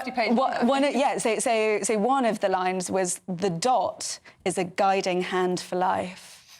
And I'm sure we all feel that, having Look at that seen beautiful it. dot on your screens right now. It's the guiding hand is on your screen. OK, but Charlie, can you actually show the website and scroll down? Because on my phone, 2 inches below the one with the teal dot, new rebrand. It's just popular on gov.uk, with the dot is normal where it would be in any search That bar. reminds me of those eye tests at the optician where they say, which one's more in focus? I don't know. I don't like the new one. It's a total waste of money. The colours don't even work. Yeah, I mean... I sort of don't really know what to say other than... Obviously, it's hilarious. Director Seb has pointed out there's no crown on this new rebrand. So so not only is it a waste of money, but it's a Republican waste of money. No, I'm on the website. It's got a crown next to gov.uk with the teal. on the side. Yeah, it's no longer on top. Okay. The crown's on the side. The crown is The crown is on We the can side. all breathe easy. I think the firm behind this move should have also pointed out, not only did they put in a full stop, they also moved a crown. They moved a crown, for 500, and they produced some document with very inspirational phrases that Tali was reading out. So. I mean, great, guys. Paying people to do nothing. It's definitely socialism. No, and I bet they're working 4 days a boosting week. the productive capacity of all of us so we can all lead better lives. Time, and Miriam has not helped us with that one. So thank you, Tali Fraser and James Schneider, for reviewing the papers with us. Now, moving on, following a week of soaring temperatures, we've got the coolest cash prize of the summer to be won. Yes, a totally tax-free £54,321 is up for grabs in our latest Great British Giveaway, and it could all be yours. Here are all the details you need. The Great British Giveaway is now even greater, with your chance to win our biggest cash prize so far. A totally tax-free £54,321 cash could be yours. Cash that you could spend however you like. It's like having an extra £1,000 each week for a whole year to play with. Imagine what you could do with that. Someone is guaranteed to win this amazing amount of cash, so make sure that someone could be you. For another chance to win £54,321 cash, text cash to 63225. One entry costs £2.50 plus one standard network rate message, or text bonus to 63225. 5 entries cost £5 plus one standard network rate message. Go to gbnews.com/win. Entries start at £2.50. Call 0903 686 3232. Calls cost £2.50 plus your network access charge, or post your name and number to GB14 PO Box 8690 Derby DE1 9TT. UK only. Entrance must be 18 or over. Lines close at 4 p.m. on the 1st of August. Please check the closing time if listening or watching on demand. Good luck. Well, there's lots more to come on the show today, including a recap on the Royal Week in Scotland and the latest reaction from the Oasis reunion last night. You're watching Saturday Morning Live, only on GB News.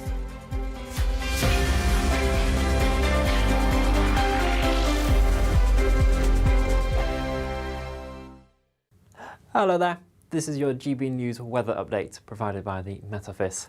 Quite dull and damp for many of us during this first half of the weekend, all courtesy of an area of low pressure that is generally in control across the UK. It's steadily moving eastwards, but we've got this trailing weather front providing a lot of clouds, some outbreaks of rain across southern districts. Some of those might be heavy for Cornwall, particularly the Channel Islands, into this afternoon. We do also have a rain warning still in force across western Scotland today. We've seen quite a lot of rain build up over recent days or so, and those will continue throughout today as well.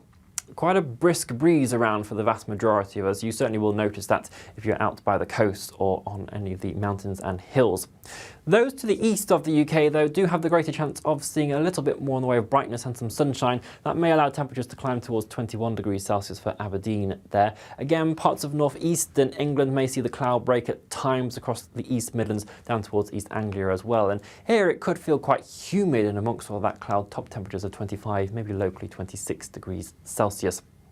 We hold on to this fairly damp, cloudy picture as we head into the overnight period as well. Again, always those eastern areas likely to see a few more in the way of clear spells, but the showers may intensify a touch across North Wales into northern England come dawn tomorrow morning. With the cloud and the breeze, it's going to be a mild night for all of us, temperatures holding around 13 to 16 degrees Celsius. Do watch out for some heavy downpours across England and Wales first thing tomorrow. They could be thundery in places, though some very sharp downpours possible as we head throughout the morning there. Some further showers continuing to push in on that northwesterly breeze, but with those winds shifting in direction, it should hopefully feel a touch fresher tomorrow. Those temperatures will be down, highs only around 24 degrees Celsius in the south and the east. Whilst further cloud and rain is possible across northwestern areas into next week, generally it will be settling down towards the south and those temperatures will be climbing as well. Bye-bye. At GB News, we love to hear from you, our loyal community. So drop us a line at gbnews.com/yoursay. There you can talk to each other and also to the presenters live on air. gbnews.com/yoursay, because GB News is your channel, Britain's news channel. Join me, Nana Akwe, for an informative, interactive news programme with a difference. It's fun. No, he didn't say that, Dave. I'm so surprised. I think there's an element of truth to that. Join me from 3 p.m. every weekend, only on GB News, Britain's news channel. In the GB Newsroom, we bring you the news as it happens. With our team of dedicated journalists across the UK, we're ready to keep you up to date with what's happening every half an hour, every single day. Bulletins here on GB News, the People's Channel, Britain's news channel.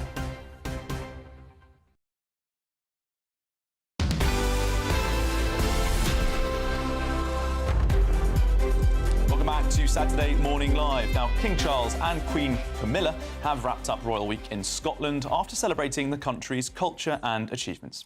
Well, the King visited various regions in Scotland, meeting people from all walks of life and hosting thousands at the Palace of Holyrood House in recognition of their good work. Now, GB News royal correspondent Cameron Walker has this special report. The farmers' market in the summer rain. For King Charles, an opportunity to praise local businesses in Western Scotland. Are you sure? I'm pumped, yes. From sheep farmers to cheesemakers. Looks wonderful. Thank you very much. Riveting. You just have to refrain and talk. Different cheeses being made in this moment. His Majesty also quick to put a local gardener at ease. I don't think everything's quite to the standard of your own gardens, but I'm not sure. Don't worry about that. We all have our desires. Campbelltown is in a remote part of Scotland with a population of just under 5,000 people. It's starting to be revitalised, but a royal visit such as this, which is high profile, it's hoped could provide a much-needed boost to the local economy. That boost showcased inside the town hall. Glen Scotia Whiskies, whose 25-year-old recently won a special prize, offered the King a wee dram and gifted him a specially engraved bottle. Yes, that would have been Here's Master Distiller Ian McAllister. For us at the distillery, for the team, for the brand, it was a really, it was a big milestone. So we're all incredibly proud of that one. So we want to share that and want them to take it with us. You're looking well, King. The rain eased just in time for the King to greet the public on Main Street. Popping into local businesses on the way. We have some lovely Kintyre eggs. He met Linda McLean, owner of the Kintyre Larder.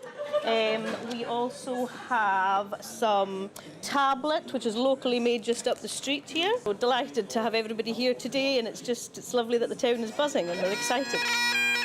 At the quay, the King thanks the Coast Guard and RNLI for their tireless work saving lives at sea, and met youth groups, the next generation of volunteers. The King will be in Windsor next week, hosting the French president for a state visit. All this as he continues weekly cancer treatment.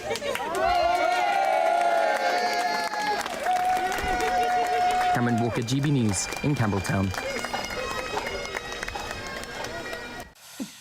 Thank you for that report, Cameron. Well, it's now time for our daily reflection with Vicar Andy.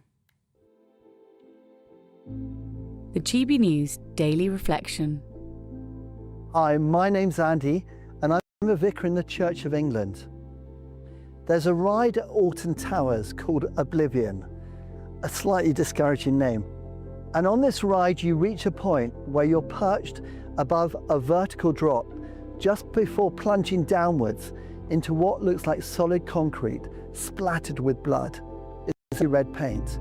But as you're perched before you're hurtled downwards, a disembodied voice booms out, "Don't look down." We've been thinking this week about invitations. Another invitation of Jesus comes to the disciple Peter, a seasoned fisherman, in the midst of a violent storm on Lake Galilee at 3 a.m. in the morning. Jesus mysteriously appears in the midst of spray and noise, walking on the water, and he invites Peter to risk, to get out of the boat and come to him on the water. It's not in the text in Matthew chapter 14, but I imagine Jesus saying, "And whatever happens, Peter, keep your eyes on me and don't look down." Peter stepped out, his eyes were focused, he did well, he took steps on the water, but fear caught him and he began to sink. When we step out and risk, where we set our gaze is critical. God is faithful, just don't look down.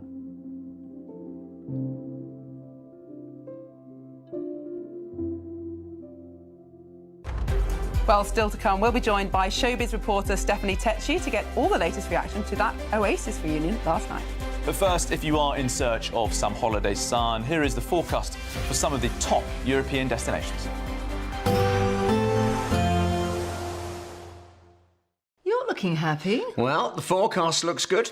So you've sorted the travel insurance then? All Clear Travel Insurance sponsors GB News Travel Destinations Forecast.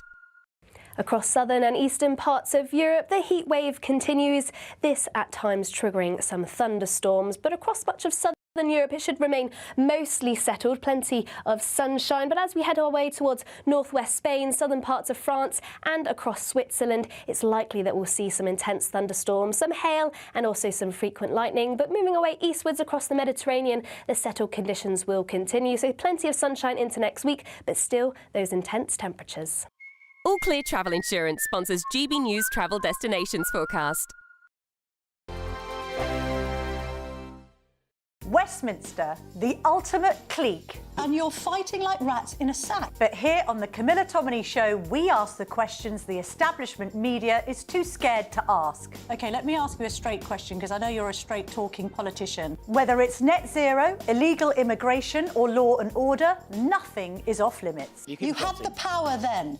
Yeah, as I and say, now you've lost it. That's the Camilla Tominey Show, a politics show that's fearless. But no, let me finish my question if you don't mind, because it is my show. Sundays at 9:30, only on GB News, the People's Channel, Britain's news channel. GB News Breakfast, every day from 6 a.m. You have a very nice accent, and I always thought but obviously I'm totally wrong. I've learned something already straight away. I mean, we've interviewed together on countless occasions. I thought you would have picked up on my English accent. Oh no, you're just changing it now. You're changing it a bit here. Yeah, I'm just putting it on for you, mate.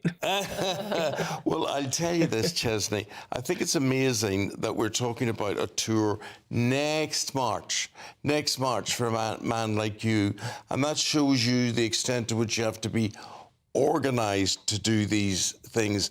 I thought like you're advertising this for this month or next month. Why the need to go so early? Oh no, it's just to give people plenty of advance notice. You know, these days life comes up very fast, doesn't it? So I'm always touring, Eamon. I've actually got some headline shows coming up next week. I'm in Cardiff and Southampton, but we've just announced this headline tour for next year. So I thought I'd get it out there and let people know in advance. You know.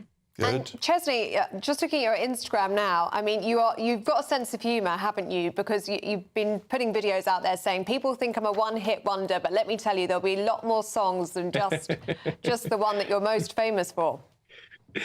Yes, yes. Contrary to popular belief, there are other songs.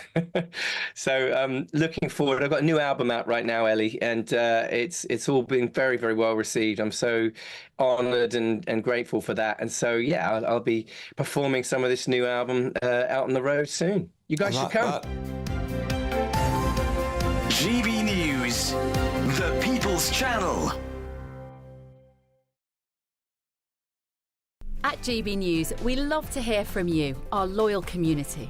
So drop us a line at gbnews.com/yoursay. There you can talk to each other and also to the presenters live on air. gbnews.com/yoursay, because GB News is your channel, Britain's news channel.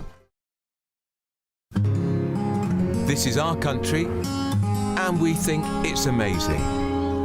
From high tea to the high street, we love it all. Even the rain, we like that too. There's nowhere else we'd rather be. That's why we're here to be the fearless champion of Britain, its voices and its values. Because we are GB News, the People's Channel, Britain's news channel.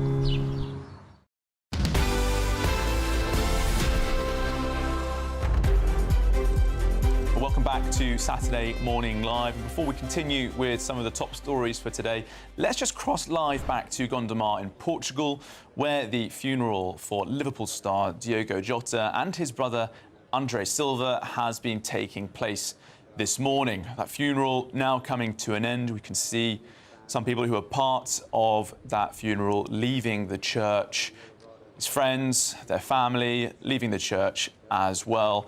Many Liverpool players, Arne Slot, the manager, Virgil van Dijk, the captain, in attendance in Portugal, as you'd expect, of course. So many in Anfield as well, in Liverpool, outside Liverpool Football Club's stadium, also gathering this morning to pay their respects, as people have been, Miriam, since this appalling news on Thursday. There's been a huge outpouring of sorrow and of love, and it's been very moving to hear some of the testimonies of his neighbours when he was growing up as a small boy in Gondomar, talking about him as a humble young boy who was always polite and kind, and obviously not forgotten his roots. An absolutely tragic story, Charlie. A tragic story, but great to see the firm attendance there and also the applause for both those brothers as they arrived, with a sign that said, "Forever one of us." Well, moving on now, and Oasis are back. Last night, the supersonic duo began their tour in Cardiff.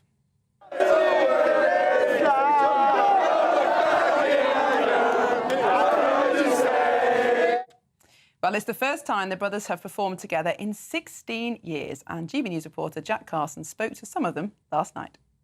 Well, we're here outside the Principality. 70,000 people now coming out after watching Oasis. Johnny, you were in there. I mean, what was that moment like? Well, you know what? I've waited 16 years for that.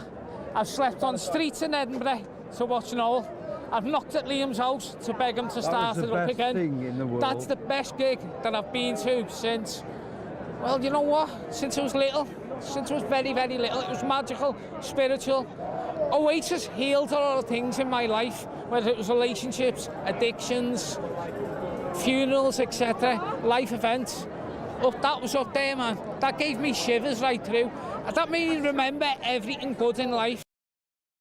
Well, I'm not sure that she can match the passion that we've just heard from that man, but we are joined now by the wonderful Stephanie Tecci, Showbiz entertainment reporter. Gosh. Stephanie, what a night. I knew there were going to be scenes like this because it's almost the impossible was made possible last night. I think since 2009, when Oasis split, there's always been that thing, will they, won't they? And over those years, it's been full of tense arguments between Liam and Noel. So I think for fans, we never thought that this day would happen. Luckily, even when they announced a reunion tour last year, people still didn't think that these warring brothers will actually get on stage. And what was quite touching was seeing them arm in arm as the show opened. And this was two brothers who are now united and are ready to play their greatest hits like they did last night to 74,000 people.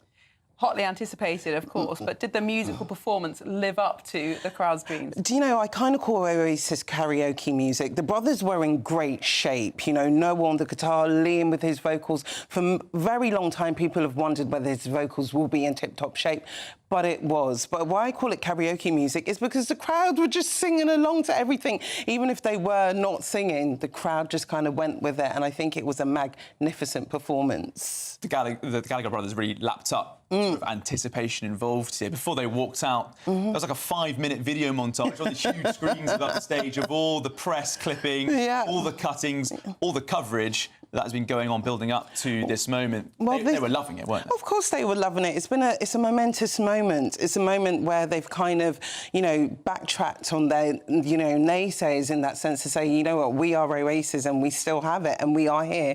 What I found was quite a touching moment was when they did pay tribute to Diogo, Jota and his brother Andre Silva, because again, it just shows their own brotherhood. I think they've been quite reflective on that. Also very financially lucrative for them. I think there are going to be 17 tour venues. Today, on average, £700 the average fan is going to spend on tickets and food and accommodation. Well, you know, if Oasis is coming to your city over the next few weeks, you can imagine it's going to be a money earner for locals, because there is that thing of, you know, hotels and the actual going to the concerts themselves. But people did spend a lot of money on their tickets, so I think it's all about getting their money's worth. And Steph, he had a little bit of a joke, didn't he? Liam Gallagher at the end, talking about those financials. Yes, he did.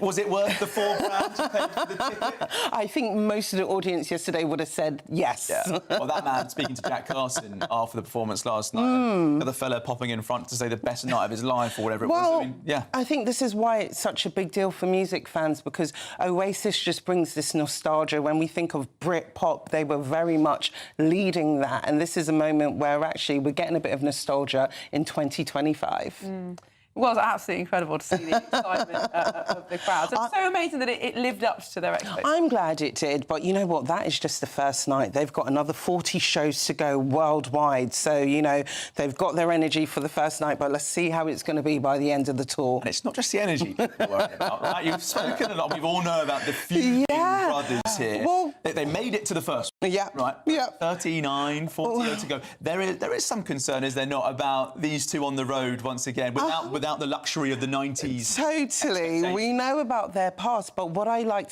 seeing from the clips is we're seeing both Noel and Liam, who are older, wiser, and they've had time apart, so I'm hoping it will run smoothly. Do you think there are any other bands from that era who might be looking at this and thinking maybe we should jump on the bandwagon? Do you know what? I think over the past few years, Miriam, there has been this trend for so many bands coming back because they know people want to hear, I hate to say it, but real music again. So, you know, I think people like your Blurs, all those kind of people, we're going to see making a comeback. Noel Gallagher was very funny talking about the return of the band. He said there aren't bands like this anymore. There aren't proper rock bands because nowadays they're not particularly keen, the music industry, on a couple of lads who are drunk and perhaps a little something else on a Tuesday afternoon who aren't going to do what they're told. Well, Charlie, pop stars nowadays wear that, do that, say that. They have to be very clean cut because if you think of Oasis at the time, they were easy to maybe market in the 90s. But in this day and age where if you say something controversial, which both Liam and Noel have done over the years, you know, you can almost cancel, but that doesn't count for Oasis. And, of course, they did have a little joke about the controversial dynamic ticket price. Yes, they did. Continue down that. Well, I think they will now, because now that the concerts are here and they know they can deliver, I don't think fans are even thinking how much they spent. They just know this is a priceless moment. But it did, for the wider industry, bring up that conversation of how much fans are having to pay for such acts, and is it really worth it? And, of course, a lot of musicians, they don't really make money on their music. It's the performances that do it for them, right? The digital landscape has changed the music industry, even from when Oasis was around in the 90s. So if you are a band now, you can't just live on selling records. You have to get out there and meet the fans. Well, thank you, Stephanie, and thank you, everybody at home, for joining us this morning on Saturday Morning Live. But don't go anywhere, because Dawn Neeson is up next with The Weekend. Dawn, what's coming up on the show? We have got a supernova of a show up already. Sorry, I can't help it. We're all obsessed, aren't we? Thank you very much for your show. Absolutely brilliant as always, but don't go anywhere because we've got a cracking one coming up as well. We have got Starmer putting money in your pockets while Rachel takes it out. We've got Grooming Gang exclusives, and this one you really don't want to miss. And also Boris making a comeback. What do you make of that one? And also, of course, a bit of fun. What is your pet name for your other half, and what does it really say about you? All of that coming up. You don't want to move the muscle. Stay where you are. We'll see you very soon.